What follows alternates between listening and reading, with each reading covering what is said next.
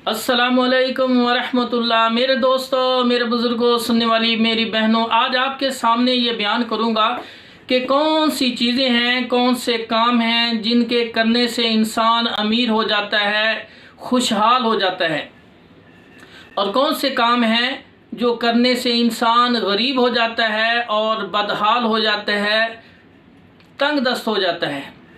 तो मेरे भाइयों, सही बुखारी शरीफ और मुस्लिम शरीफ में हदीस है, रसूलुल्लाह सल्लल्लाहु अलैहि वसल्लम ने फरमाया, जो शख्स चाहता है कि मैं अमीर हो जाऊं, मालदार हो जाऊं, मेरी उम्र दराज हो जाए, तो वो सिला रहमी करे, वो रिश्तेदारों के साथ, वालिदैन के साथ सिला रहमी करे। तो सिला रहमी करने से वो इंसान अमीर हो जाता है। ये अल्लाह के रसूल ने फरमाया, सही बुखारी और मुस्लिम में हदीस है।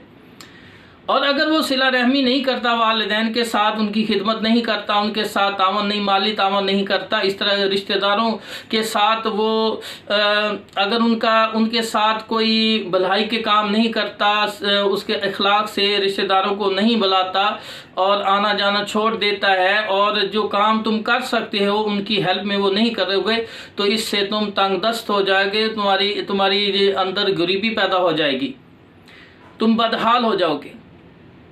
इसी तरह सही बुखारी मुस्लिम हदीस है, अल्लाह के रसूल सल्लल्लाहु अलैहि वसल्लम फरमाते हैं कि सुबह सवेरे आसमान से दो फरिश्ते नाज़िल होते हैं और वो दुआ करते हैं। एक फरिश्ता कहता है, अल्लाहुम्मा मुनफिकन खलफा, अल्लाह जो तेरी राह में खर्च करता है उसके रिज़्क़ में और अज़ाफ़ा कर दे, उसको अमीर कर दे।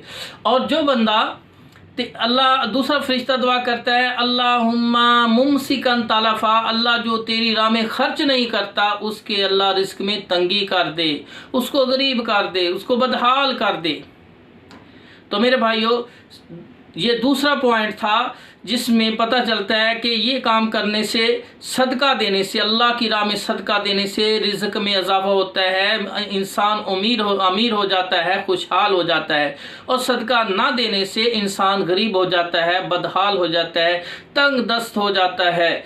इसी तरह एक और हदीस में, कंजुल माल के अंदर हदीस है, अल्लाह के रसूल ने फरमाया कि सदका देकर रिज़्क़ को अतारो, सदका देकर रिज़्क़ को बढ़ाओ। ये कंजुल माल के अंदर दो हदीसें हैं। तो सदका देने से देने वाला अमीर होता है, क्योंकि ये अल्लाह को हम कर्ज़ा हसना दे रहे हैं, अल्लाह को दे रहे हैं, अल्लाह की वजह से दे रहे हैं, और अल्लाह तो बहुत ही ज़्यादा गनी और अमीर है। अल्लाह इसका बेहतर नेमल बदल अता फरमाते हैं।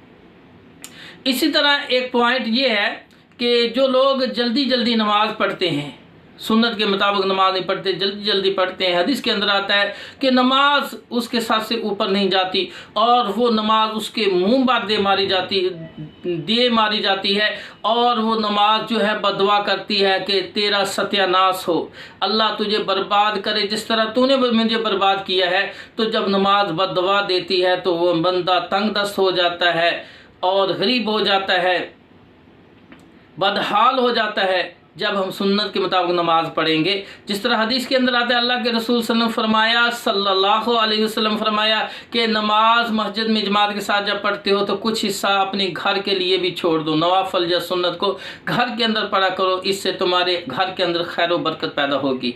तो घर के अंदर नवाफल पढ़ने से घर के अंदर रिज़्क़ में इजाफा होता है, नमाज पढ़ने से रिज़्क़ में इजाफा होता है। और नमाज नहीं पढ़ेंगे तो तंगदस्ती आएगी, गरीबी आएगी, बदहाली आ जाएगी।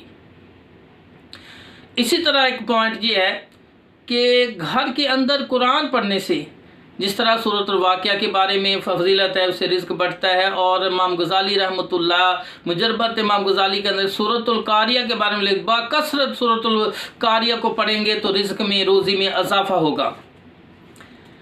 इसी तरह हदीस के अंदर आता है, सुबहान अल्लाहि व बिहम्दिही, इससे हर मखलूक को रिज़्क़ दिया जाता है। इससे यानी अल्लाह का जिक्र करने से, कुरान पढ़ने से घर में रिज़्क़ में इजाफा होता है, इंसान अमीर हो जाता है। अगर हम घर में कुरान नहीं पढ़ेंगे तो गरीब हो जाएंगे, बदहाल हो जाएंगे। अल्लाह ताला की दुआ है, अल्लाह हम सब को इन पॉइंट पर अमल करने की तौफीक अता फरमाए। जिसने मेरे चैनल को सब्सक्राइब नहीं किया तो वो चैनल को सब्सक्राइब करें। वस्सलाम।